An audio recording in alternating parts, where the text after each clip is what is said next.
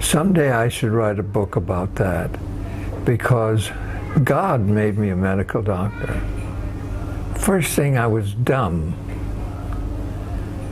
I mean, I was dumb. I felt so damn dumb that number one, I couldn't even get in a junior college. The only way I got in a junior college was they let me in as what they call a probationary student.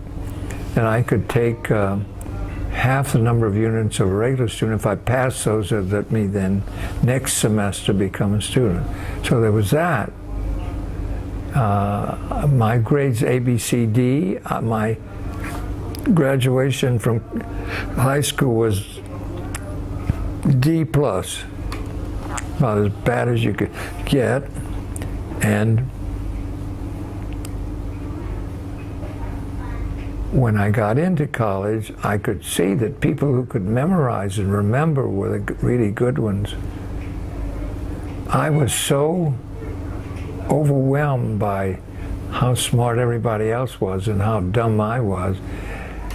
But I'd see my mother suffer with her asthma, and I'll remember it just like yesterday. We were very, very poor. We were living in just a shack. Okay. To that. We were living in just a shack, tar paper roof and so forth. And I remember that we had one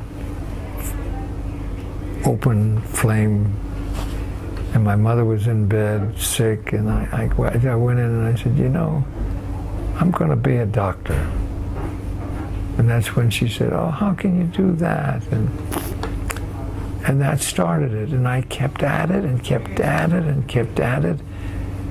And by God, I got into the finest medical school in America. I don't know what the hell, David, I don't know what the hell I intended. I really don't. A lot of guys, most of, you know, guys, their fathers are doctors or their uncles are doctors.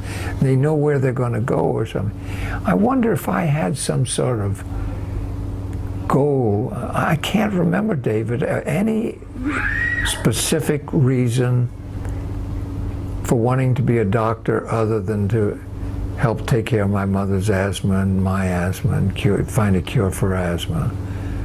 I can't remember, but didn't make any difference, because in my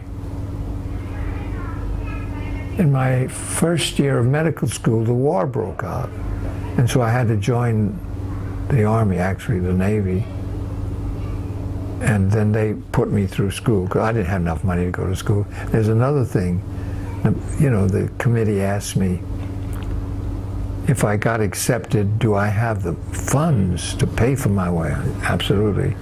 I said, I come from a family that is very well-to-do, and I was eating the oranges off the trees to stay alive. But I thought somehow, and by God, just when I needed the second month's tuition, the war broke out and the Navy just took me in, put me. I went to medical school, then I went into the Navy as a Navy medic, as a medical officer in the United States Navy, and I was in a hospital to get my internship, and then I was sent to sea to help explode atomic bombs. To help explode atomic bombs? Mm-hmm. So you were sent to test atomic bombs. And where were those tests taking place? They were in the Marshall Islands, specifically in Bikini Lagoon. So what was your The job there? bomb was exploded, one in the air, I think about 4,000 feet.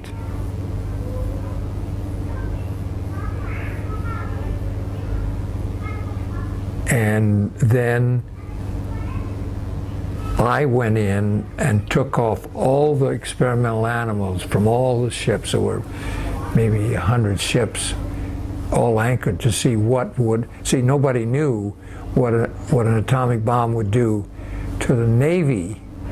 They knew what it would do to a city, and what it would do to armament in the city of the Japanese. But no one knew what it would do to ships anchored on the sea. And so they also didn't know what it would do to military personnel. So then they'd put like rats, guinea pigs, dogs, and cats, and so forth. And it was my job to autopsy those animals. And I got very badly irradiated from all that. But when I stood on the deck of that ship and I watched that one airburst Hiroshima bomb go off, and in my binoculars the whole horizon became one mass of what was just white foam, and then up went a giant cloud against the blue, cerulean blue of Marshall Islands. It was the whitest white against the bluest blue, and it just went up like a great stalk, like a beanstalk, and inside were these electrical patterns of blue and red lightning. And then at the top was this mushroom cloud. I was so moved that I said to myself, this is really something. In fact, to be honest with you, I was so moved that the next day I talked to the ambassador, who wrote the only public announcement of the bombs, called Smythe Report. And I said, Ambassador Smythe, you know, are we looking at a bigger crossbow or bigger black powder? Or is this something new in mankind? Oh, doctor, he said, this is a whole new ball game. And so when Israel was invaded, or 1948 war, when Israel was invaded, by that time I was about 27 years old. I said to myself, Jesus, do these guys know that somebody could escalate this thing into a nuclear war? And so I got together 49 Americans, and we formed a battalion and offered our services to the President Truman to serve in between the Arabs and the Jews as the American contingent of the United Nations Police Force. But of course they just laughed at us. Truman sent us a little telegram, but